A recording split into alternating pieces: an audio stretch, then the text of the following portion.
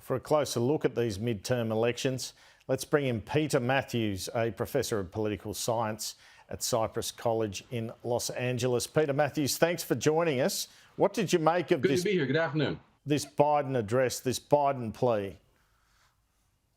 It was pretty remarkable, but it was also expected, and he is emphasizing the fact that there's a threat to democracy is the number one issue. As many experts are saying, it's a refusal of one part of the Republican Party, the MAGA part of the party, to accept defeat in an election when they lose. That's a real problem for democracy because the winner and the loser have to agree that there's a new system, a new government in place, and there should be a continuity. And we didn't have that this time back in 2020, and it's continuing till this 2022 election. That's the biggest danger. So the president was right in emphasizing it, and we hope and pray that things will work out and people will accept the election results as they come out this coming week. Well, typically the midterm results go against the government, as I understand it, particularly Democratic presidencies. Are we going to see that here? Yes. Yes, it is true. That's typical over the last several elections, and we see that the party in power in the presidency loses seats generally in the midterm election, and this may not be an exception. It's going to be very close, however. I will tell you, just 2 months ago in June, or 3 months ago, the Democrats had a 7-point lead in the generic poll when voters were asked, do you prefer Democratic control of Congress or Republican control? It was 7 points ahead Democrat. Today, it is dead heat at 46%, 46%. The country is very divided. It's very firm in its beliefs, and there's a lot of acrimony going on. So we don't really know exactly how it will come out. If the young people vote, for example, in large numbers, as they did in the last midterm election, the 18 to 30-year-olds, Democrats will win back or keep the House and win a few seats. But other than that, if they don't vote as much as we think they may not, we fear they may not, we're going to have a real problem here for the Democrats because the Republicans will probably take the House. They may not take the Senate. That's also going to be very close. And we're looking at a real amazing election that's going to be very, it'll have a major impact on this whole history of the country in the next few years.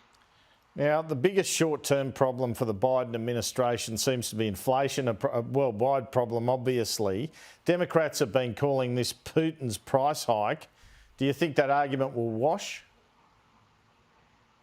Well, it is true that this war in Ukraine and the resulting embargo that was put on Russia and also the oil supplies being cut back by the Saudis and the OPEC, that has caused gas prices to skyrocket here in the United States.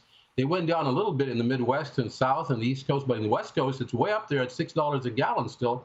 And it's very, very expensive for people to be able to drive.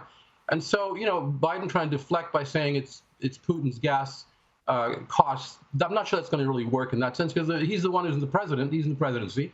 And the American people will hold the president accountable for the economic situation. And inflation is very high overall. It's been about 8%. It's starting to level off a little bit in most of the products except for gasoline and a few other things. Food prices have been up for a long time. So I'm not sure that this came in time, even if food prices level off now, in time for a 6-day-away election. And I think people will remember what they've been suffering through. We'll have to wait and see, though. It's possible Democrats could pull off a very, very narrow victory in the Senate and possibly hold on to the House, but unlikely that they'll hold on to the House. We'll have to wait and see. It's very close. Does Joe Biden's performance and these accusations he's not fully on top of the job because of his age and he's a bit frail, will they have an influence on this result? It could have an influence on some of the independent voters. The Republicans and Democratic voters are pretty much set in their voting patterns right now. They're going to go with what they have. They've already voted. Many of them already voted in the early elections. But those who are swing voters, a very small percent, maybe 3 or 4%, could still be persuaded, and it could affect them possibly. But the president has actually accomplished some things too. He's gotten unemployment way down to 3-point-something%. He's got something going on with the COVID situation is starting. It came down for a while, and now we got variants. So there's some challenges as well. And I think the middle group, that's the swing vote, is going to determine everything. It includes suburban women, by the way. If suburban women, American women who are college-educated, mostly white women living in suburbia, normally Republican supporters, if they go back to the Republican Party this time, then, of course, the Republicans will win the majority. But if they stay with the Democrats, as they did back in 2020, then the Democrats have a chance, a fighting chance. And what's the impact for Donald Trump? In some races, he's helping the candidates, others not so much. Will his presence at the top of the Republican part help or hurt them in these elections? And what does it mean for his run at the presidency if he goes again? Well, the first question, will it help or hurt this election? I think is doing both. He was able to get a lot of his endorsed candidates elected in the primaries against more moderate Republicans who probably would have been stronger in the general election. But yet again, look at Carrie Lake in Arizona. She's a very Trump supporter, big Trump supporter, and she's been very vociferous in her claims against saying the election was stolen, the 2020 election. And yet she's actually could pull this off. She's dead heat tie right now with the Democratic opponent. She could become the next governor of Arizona. So I think Donald Trump helps in certain races, he hurts in others. And we'll have to wait to see how everything breaks down. One more thing I should say.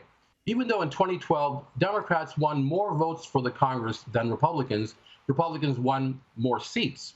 And that's to do with gerrymandering, with drawing district lines, and the legislatures that are dominated by Republican Party draw the lines to make it more favorable toward the Republican Party, and that gives them more seats than what population that they have. That's a thing called gerrymandering. It's an unfair advantage that one party has over the other in drawing the district lines. And some of that's still going on today, and that could have an impact as well. Professor Peter Mathews from Cypress College in Los Angeles, thanks so much for your time. My pleasure. Thank you so much.